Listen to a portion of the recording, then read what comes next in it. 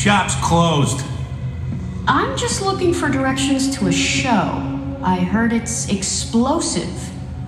So you're the one looking for the nanothermite titanium boron. Very expensive. Difficult to procure, I assure you. Keep it. You're backing out of our agreement? Altering it in your favor.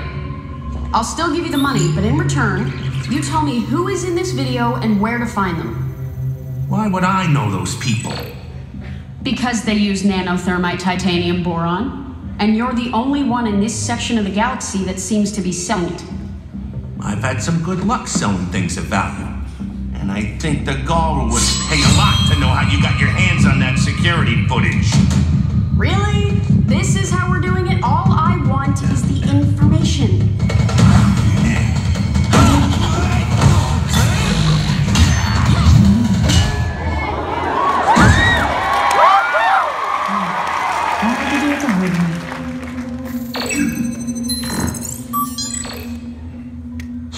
Thanks for the intel.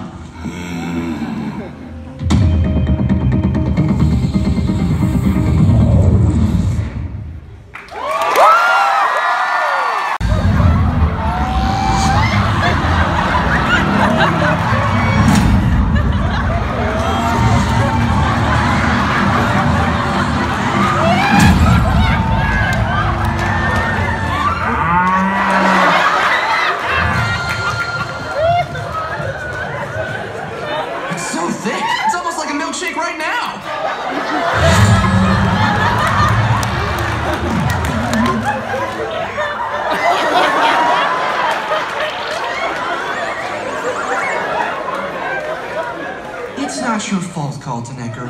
You're a beautiful girl, and this is very natural.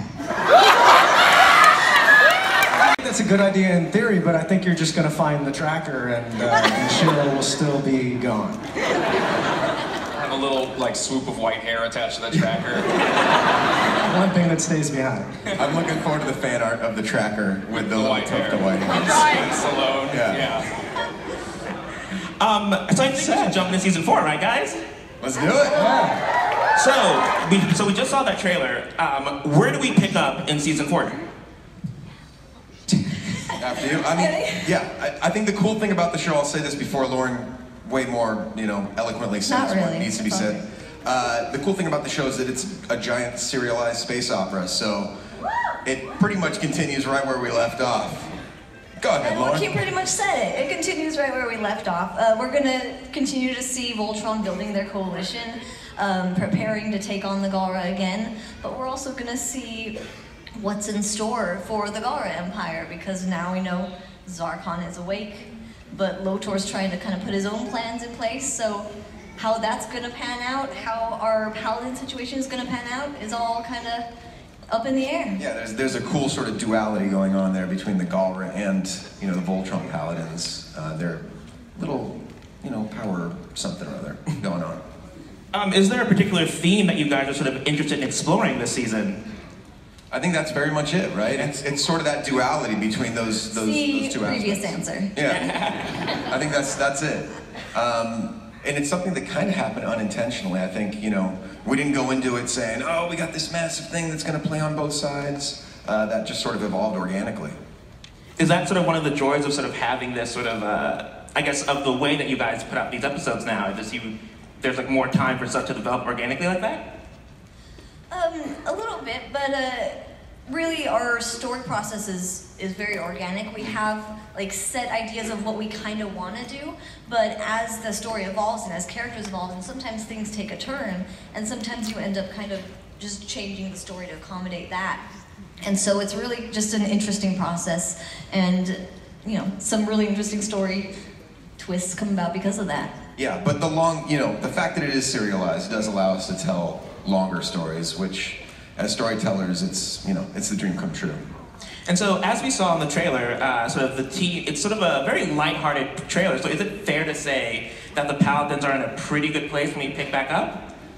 I mean, I think they're not at each other's throats or anything. And I think, the great thing about the show is that it sort of is able to go as broad as it needs to with the comedy, but it gets really, really serious as well. So you'll see there's there's definitely some consequences. I don't know that any of the paladins are necessarily at each other's throats yet, but you know, we'll see. I mean, speaking of getting serious, I think one story that has been ongoing since the first season is Pidge's search for her family. What can you say about that storyline this season? I'm gonna say it's still going. I think Pidge has made some really, big leaps in trying to find her brother and her father. She's found some little tidbits of information, and she's just going to continue to follow those as she tries to solve this mystery of where her brother and father ended up. Please. Yeah. So, and I think we have a clip, though, for them, right? We do have a clip of that. And they're working out. Girls teaching them how to grow a mustache, and there's actually going to be a new spin-off called The Gorgeous Men. It's going to be on No, but seriously, he's adjusting to it. I think that there's still part of him that really wants to have his own role back. Because I mean, Shiro's been through a lot, and being the leader of the team, being the paladin of the Black Lion, was really giving his life a lot of meaning. And even though this is kind of what needs to happen, I think that there's still part of him that really wants that back. And he stuck his neck out a lot for Keith, and Keith doesn't seem to really want the responsibility. And there's parts of it that are tough for him, I think. But he's a good leader, I think, at the end of the day. And we might have a clip to show.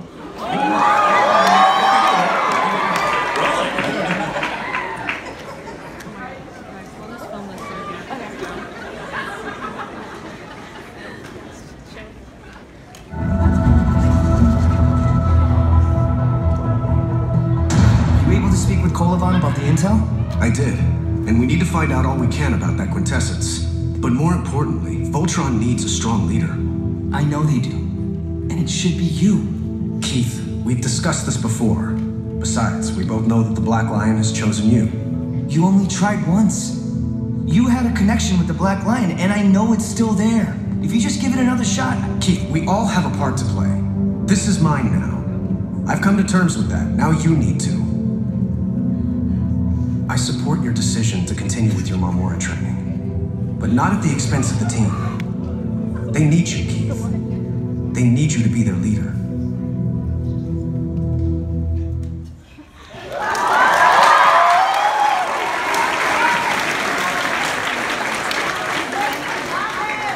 So he's doing the right thing, right? I mean, he's a great leader. He's very responsible. And there was a little drop of some information in there about what Keith might be doing on the side, a little bit. Oh yeah, I wanted to dig into that. I mean, what challenges can we expect Keith to face this season? I think the challenge that we started showing in the earlier season, that he's not very comfortable with filling Shiro's shoes, because Shiro's got huge shoes to fill. He was such an incredible leader, and Keith doesn't feel like he's there yet. So I think he's just trying to get as much training as he can. He's learning from the Light of Marmora, he's learning from Shiro, he's just trying to fill those shoes. And for Josh, yes, Shiro has been through a lot of on the show. To say the least, yeah. For you, I guess, where do you hope to see for him this coming season? I want to see him relax. He's gonna take a vacation. Shiro vacation. Yeah, just chill out. Vacation. I'd like to see him. I'd like to see him have a good outlet for his leadership energy and just have nice things happen to Shiro. He's been through a lot. Where would he go on vacation if he could take one? I don't know. I mean, Karan seems to know a lot about the planets that are safe enough to kind of live out the rest of your lives, and maybe one of those. Maybe one of those. He's not at retirement age yet. This would be like kind of a semi, not really permanent, not even really retirement. It'd be like vacation. Vacation like a retired person, and then come back refreshed. And obviously, we also have two other paladins. We have Hunk and Lance.